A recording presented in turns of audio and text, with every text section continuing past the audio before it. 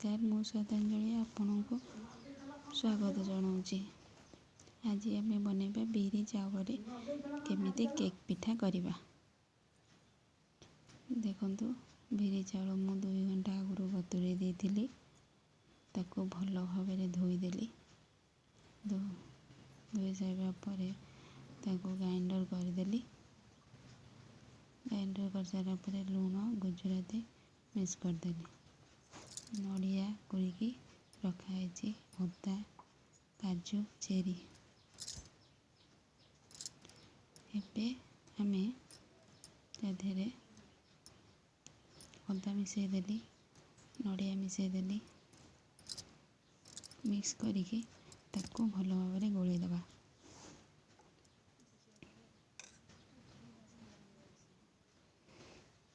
ପୁରା ଭଲ ଭାବରେ ମିକ୍ସ ହେଲା ପରେ ଚିନି ମୁଁ ପକାଇଦେଲି। ଆପଣ ଯେତିକି ମିଠା ଦରକାର ସେତିକି ମିଠା କରିବେ।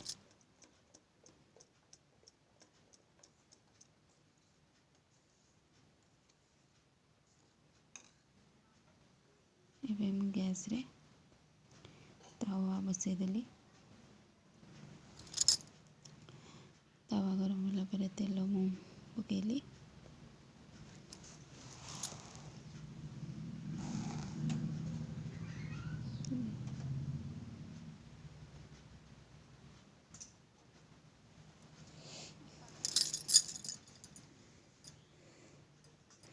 ତେଲ ପକାଇ ସାରିଲା ପରେ ସେଇଟା ତାତିଗଲା। ତାତିଲା ପରେ ମୁଁ ମିକ୍ସ କରିଥିଲି ଆଣ ଓ ନଡ଼ିଆ, ଅଦାକୁ, ଚିନି, ସେ ଆଣକୁ ସେ ତାୱାରେ ପକାଇଲି।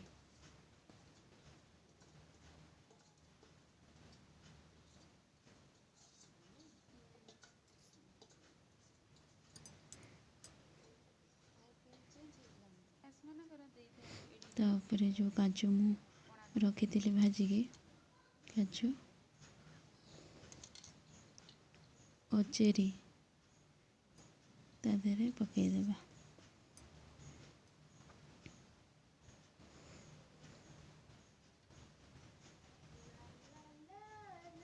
ଏମିତି ସଜେଇକି ଚାରିଆଡ଼େ ପକାଇବା।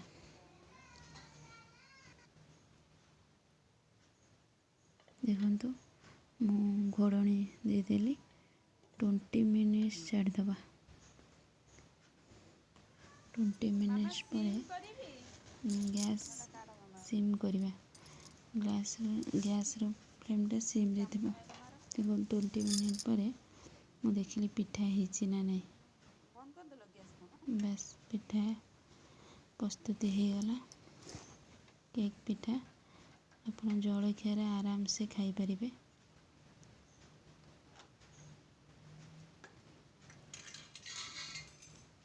ମୁଁ ସାଙ୍ଗେ ସାଙ୍ଗେ କାଢ଼ିଦେଲି ଗୋଟେ ପାତ୍ରରେ, କାହିଁକିନା ନହେଲେ ତାୱାରେ ରହିଗଲେ ସେଇଟା ଗରମରେ ହିଁ ଟାଣ ହୋଇଯାଏ। ସେଥିପାଇଁ ଆମେ ସାଙ୍ଗେ ସାଙ୍ଗେ କାଢ଼ିଦେଲି। ନିଶ୍ଚୟ ଆପଣମାନେ ବନାନ୍ତୁ।